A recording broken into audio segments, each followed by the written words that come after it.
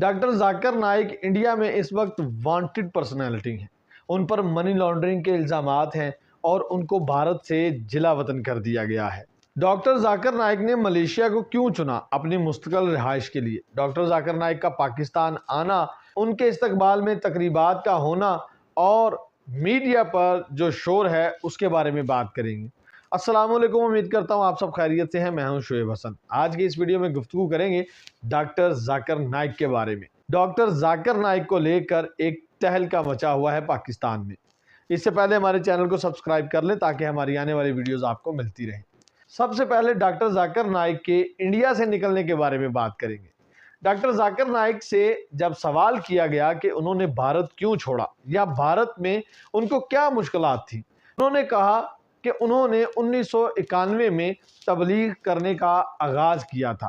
1991 سے وہ دین کی تبلیغ کرتے آ رہے ہیں اور ہندو اس تبلیغ سے بہت متاثر تھے، یعنی غیر مسلم ان کی تقاریر میں انٹرسٹ لیتے تھے اور وہ ہندو دھرم کو چھوڑ کر اسلام مذہب کو قبول کر رہے تھے، جو انڈیا کی حکومت کو بالکل بھی قبول نہیں تھا۔ انڈین حکومت بہانے ڈھونڈ رہی تھی ڈاکٹر ذاکر نائک کو کسی بھی طرح سے گرفتار کرنے کے لیے۔ ڈاکٹر ذاکر نائک کا کہنا ہے کہ 2016 میں وہ عمرہ کی غرض سے سعودی عرب میں موجود تھے جب ڈھاکہ میں دہشت گردانہ دھماکے ہوتے ہیں۔ ان دھماکوں میں ملوث 3 لوگوں میں ایک شخص ڈاکٹر ذاکر نائک کا فیس بک پہ فالوور تھا، جس کی وجہ سے ڈاکٹر ذاکر نائک پر بھی الزامات لگائے گئے اور ان کو گرفتار کرنے کی کوشش کی گئی۔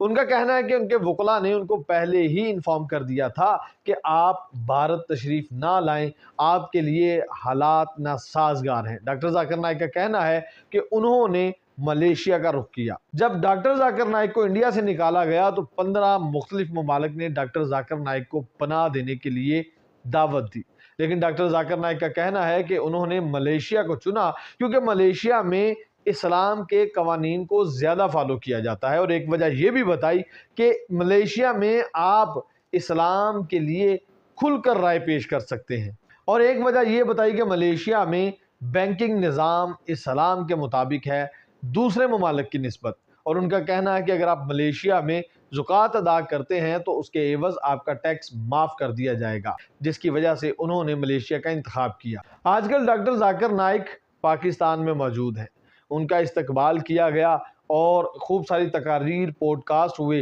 اور مختلف قسم کے سوالات بھی کیے گئے۔ جن سوالات میں سے ایک پٹھان خاتون کا سوال سوشل میڈیا کی زینت بنا ہوا ہے، جس میں انہوں نے کہا کہ وہ لکی مروت علاقے سے تعلق رکھتی ہیں اور وہ علاقہ بہت اسلامی ہے، لوگ نماز کے پابند ہیں اور خواتین بلا ضرورت گھروں سے بھی نہیں نکلتی، لیکن وہاں پر معاشرتی برائیاں بہت زیادہ پائی جاتی ہیں، جس کے بدلے میں ذاکر نائک تھوڑا غصے میں آ گئے اور اس خاتون سے کہا کہ وہ اپنے اس کویسچن پر معافی مانگے، اور ڈاکٹر ذاکر نائک کے اس جواب پر میڈیا نے وبال مچا دیا۔ بہت سے لوگوں نے ڈاکٹر ذاکر نائک کو تنقید کی زد میں لیا کہ آپ کو ایک مبلغ ہونے کی حیثیت سے اس خاتون کو نہیں ڈانٹنا چاہیے تھا۔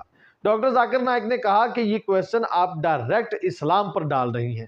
ڈاکٹر ذاکر نائک یہ بھی کہہ سکتے تھے کہ یہ ایسے مسلمان ہیں جو اپنے کردار کی کمزوری کی وجہ سے اسلام کو شرمندہ کر رہے ہیں، جبکہ ڈاکٹر ذاکر نائک نے اس خاتون کو معافی مانگنے پر مجبور کیا۔